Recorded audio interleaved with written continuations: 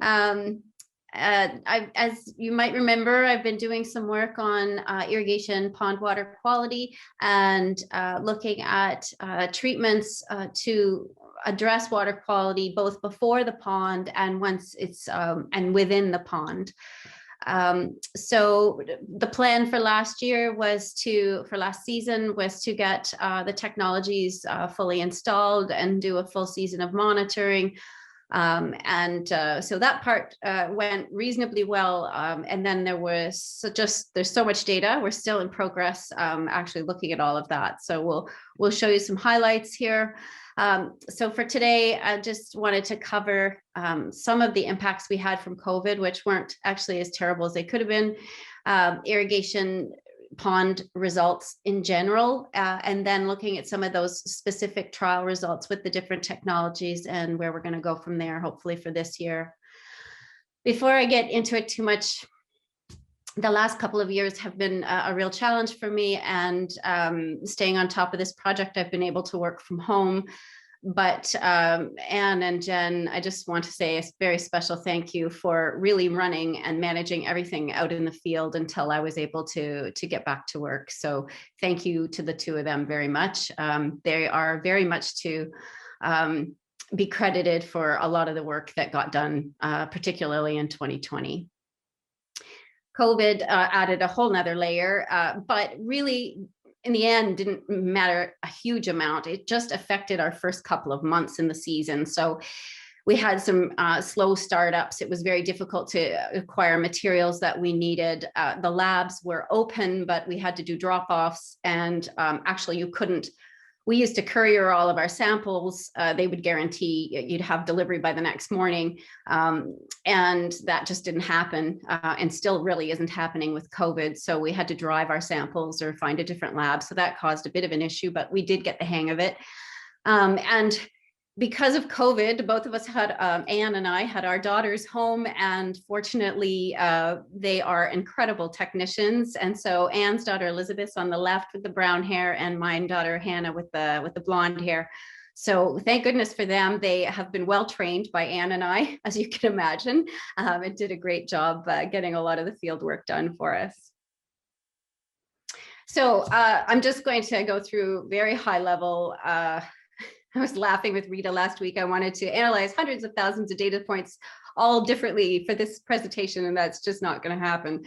But I'll just give you a sampling. We talked about this a little bit last year. We do water grab samples. Last year we just did, in 2019, summer, we just did surface samples. In 2020, we also did a column sample and figured out how to collect a whole column of water at the same time. So much better representation. The YSI parameters, we continued to do, there's chlorophyll, ODO, phycocyanin, et cetera.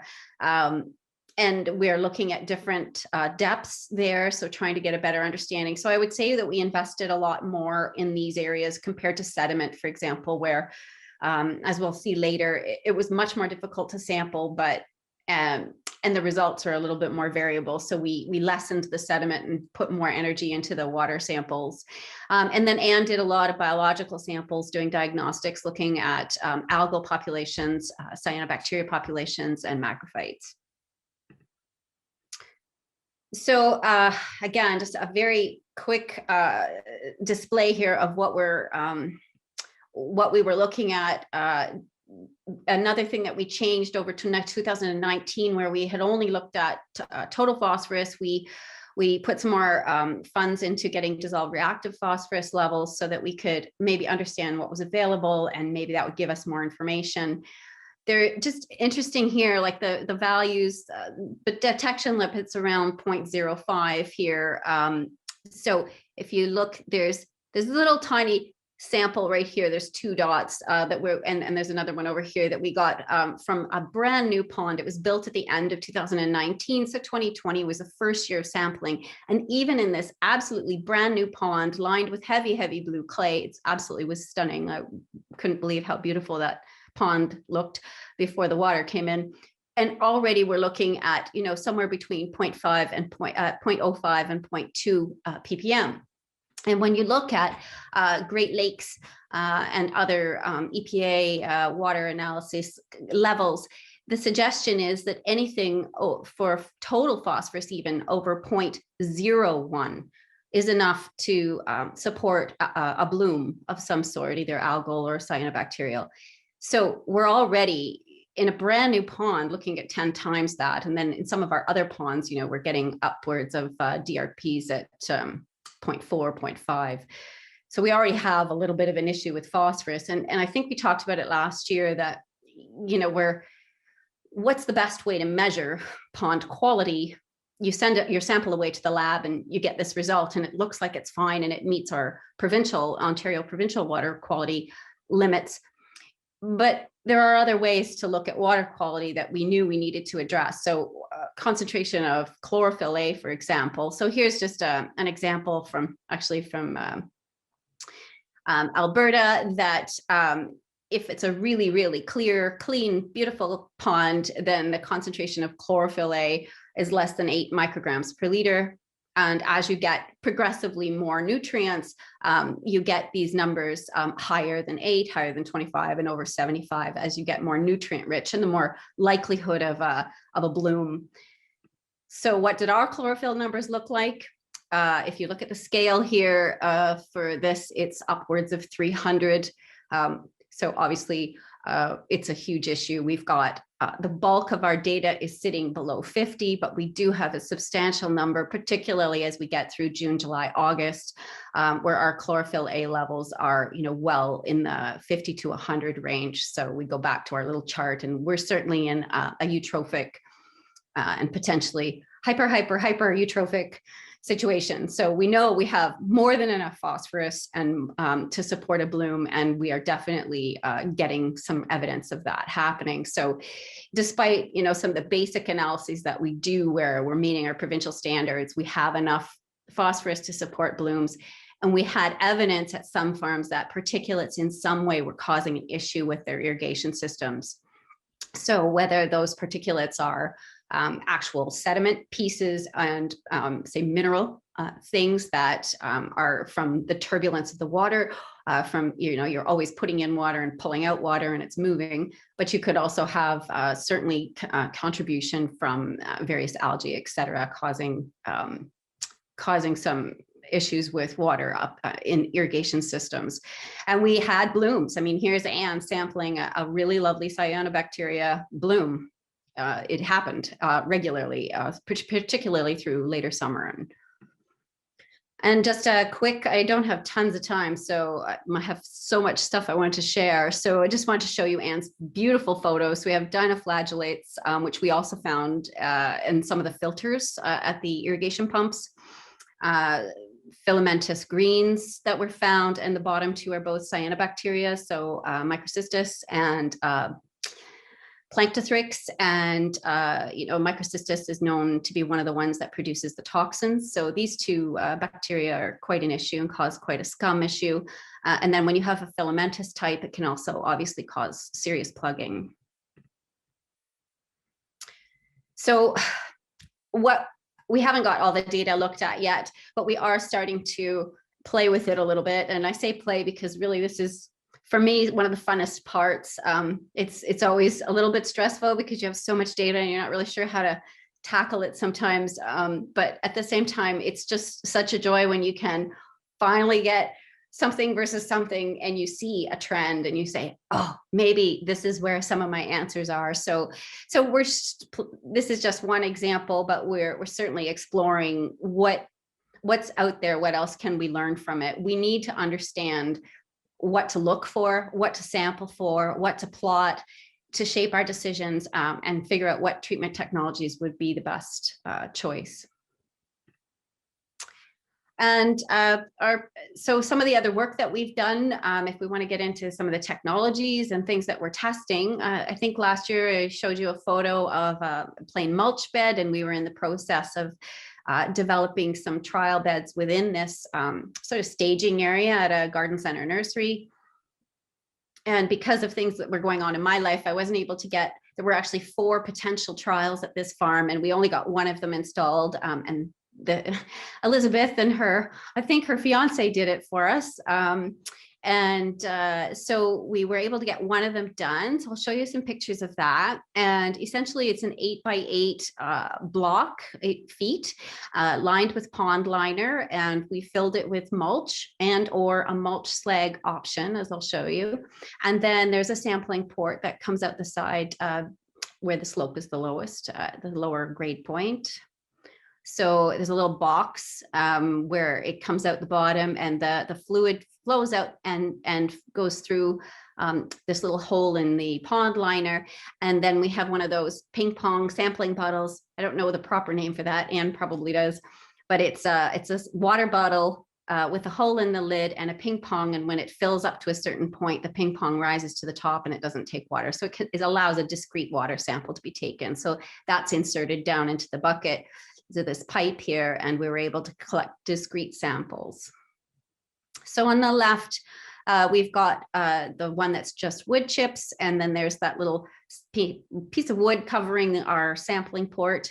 And then on the right is the wood chips where we added the slag. So ideally, slopes are the same, the area is the same, the irrigation's the same.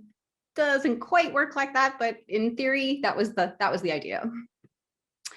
And here's Anne and Jen. In July, they took off a layer of wood chips and added the first bit of slag, which we found in the end wasn't enough. So we had to go back in September and we did it again, added more. But with the combination of inconsistent irrigation, reaching these two plots, we had some issues trying to get the data and we didn't really see a lot. So we said, okay, let's go all out in October and try some crazy test. I think the idea was good. We didn't get the cleanest results. So I'm going to try it again in 2021, but we applied some 2820 directly, very high concentration. I did I think it's 500 ppm of nitrate and 150 ppm of phosphorus. So we looked to see through the wood chips and through wood chips with slag, where assuming with slag, you would expect to have much less phosphorus come through. It still was a bit sketchy. I'm not thrilled with the results. Same for nitrate. These scales are the same, but it doesn't really show. The wood chip should take out some of the nitrogen, but the retention time is quite slow, quite short. I mean, so it's possible that we're just not leaving it for enough time, or we missed the sample. But it is a discrete sampling bottle, so we were hoping we would catch some flow. That would show us the results. So I think we'll be trying that again next year.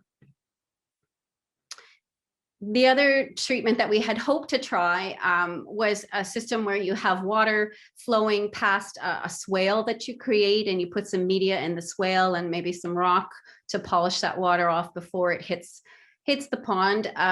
And so we didn't get to try it at one of the sites, but another site approached us and said, oh, we'd love to do it. Could we set something up at our farm? And we said, oh yeah, like no kidding. We really want to try this. So it's the work that Anne's doing with the hybrid treatment systems, where you're combining the gravel piece, so your constructed wetland piece, with the wood chip bioreactor piece, and putting the phosphorus removal step in. So we have denitrification, we're hoping phosphorus removal through mineral means, and then a polishing step. It's a very shallow bed. We don't expect to have any pathogen removal. It's not going to be anaerobic environment. It's only 1 foot to 2 feet deep. But we do think that there's enough biological activity and physical reactions that we should be able to remove some nutrients. So we're kind of excited about this. We'll be able to manage the flow. There's a weir at each step to control it, so that there's some retention time as the water moves from the growing bed area down to the outlet. So we've started. This is the site location on the left, and then it was getting very close to Christmas Day, but they managed to get the trough dug out. We'll line it with pond liner, and we have the slag and the wood chips and everything ready to go. So we're really excited and hoping that that can get installed and set up before spring. In pond, we did some as committed to, we tried using those enclosures I showed you pictures of last year. They're about 5 feet in diameter. You'll see some pictures again if you've forgotten. So we tried a bunch of different things that we had committed to trying, aeration and coverings, either with shade or with duckweed, macrophytes. And for pea binding materials this year, we used elastonite. And then we also had things that were not in enclosures. We had somebody called us in, I think last week of February or beginning of March, and said, we just bought a Nanobubbler and we want to install it. Do you want to come and sample and see what it does to our pond? Sure, of course we do. So, and then floating ponds, floating islands with plants to remove nutrients as well. So we thought, yes, let's try all of these things. And it was pretty ambitious considering our year, but we were really lucky. We were able to get out, and as you can see, there's nobody really around. It's just our sample crew, and we just got to get out and do our samples, and we didn't have those constrictions of lab work. So in some ways it was great. So this is one of the sites out at a dock, and the elastonite ring. You can barely see it in front of the pedal boat here. There's a mesocosm there, and there was a shade one here, and there's an aeration, another one behind, control behind the dock. And at the other site, I love these pictures. We always have these fascinating pictures where we're standing here looking with our hands on our hips, looking at our accomplishments. But it is a lot of work dealing with these things. So the 2 techs, our daughters got these installed to start with, and then we went back and we added lids and we tried to raise them up. This pond looks really disgusting, but actually it's really quite clean. This is a duckweed covering. But it actually got everywhere, and it just covered it. It went into every one of our cells, regardless whether this one at the very front left here is supposed to be the duckweed one. But all the rest of them, we had to raise up and bring them up on floaters in order to get the duckweed to stay out. And then on the right here, you can see the aeration one with a bit of foam going. Unfortunately, we really didn't see a lot of significant differences between data, if anything. So, I mean, we're still looking at the data. There may be something that we've missed. I think more interestingly, we might see something in the YSI, the chlorophyll and phycocyanin data, but at this point, nothing really showing up. We had a lot of challenges, Elizabeth, showing us the staff gauge, like we have, the water dropped down to just about over a foot deep. So there was really some concerns there in terms of our testing and what we're really looking at. The mesocosms have the ability, there's a floating ring on the top, and then the bottom is generally fixed, it's weighted down. So as the water level rises and falls, the whole mesocosm shrinks or rises. But you can have, I don't, it would be, in a perfect world, your water level doesn't change and you have that consistent volume of water to work with. For one of the sites, this is just an example of our total phosphorus over the year when we added elastonite, when the aeration got set up. But you can just see, generally speaking, there's not a huge difference. There are no reps at each site. We try to replicate, for example, shade and aeration at multiple sites, but the reality is it's very difficult to install these mesocosms. There's a project out in Germany, and they have like 100 of these mesocosms all on a catwalk out in the ocean, out in a big lake. Well, then you could have multiple replicates, which would be wonderful, but we just can't manage that around a small dock. So this is the type of data we're dealing with. And the other site where we had the mesocosms set up, some of them are replicates. It's, there's some interesting things. We have a huge spike in phosphorus happening in the spring. We installed the aeration and the green line here, and it seems to look better after that. Is that something real? We'll look at that and see if there's evidence in other parameters, and again next year. And the Nanobubbler was interesting. It was a whole pond treatment. And so we did put some mesocosms in, thinking maybe if we sample in the mesocosms, that might be where the Nanobubbler effect isn't as prevalent. That Nanobubbler is supposed to impact that entire pond. I think it's quite oversized, actually. But in terms of the results, again, not huge differences. The blue line along the bottom is the total phosphorus closest to where the Nanobubbler was positioned, the unit in the water, the outlet for the aeration. so it's possible there's some differences there. We'd have to, again, look at some other parameters and look at it for a longer period. The Phytolinks, that was a bit of a disaster. So we have, here's an empty one floating island. And then once it's all planted up, it looks great. This looked fabulous. They did this, the team did this in, I believe, early June. And it was awesome. I mean, it was so much work to get these in. And then the water level dropped. And it's just shocking. I mean, these are at least 5 feet wide sheets of barrier. And I don't know if my mouse shows up there. I don't know if you can see that, but 4 to 5 foot water drop. This was just nothing to sample. And our floating islands are floating in air now. And so there was really no data to be collected. And that happened quite early on. And really the farm needed the irrigation water. What are you going to do, right? It's field work. You've got to roll with it. This was a lovely site. It was accessible. It was a nice narrow stream, but pond area, but I don't know if we have to find another location, but this is not a simple install. So we're hoping we get some results this summer. About 5 minutes, Jeanine. Perfect. So work plan for this coming summer, we just still hope that we can do some that first site where I'd hope to do 4 different installs. We're hoping we can do at least another one there. We're really excited about this new site where we're going to have that sort of hybrid treatment system installation done there, but the shallow version. And then we'll keep using the floating islands and mesocosms and see what kind of data we get. Obviously, keep going with all of the things that are in our grant agreement, but we're learning so much. There's a huge amount of data, but I'm not satisfied with that. And I feel like there's such a contribution from the farms and such an interest. I really don't think that's enough. So we really have to think about what else we can do. And maybe we have to try some more drastic things this year. So one of the things Anne and I were talking about, we've been working with a company in Ohio, and they have a pond that they covered with a heavy liner. So it's a total blackout.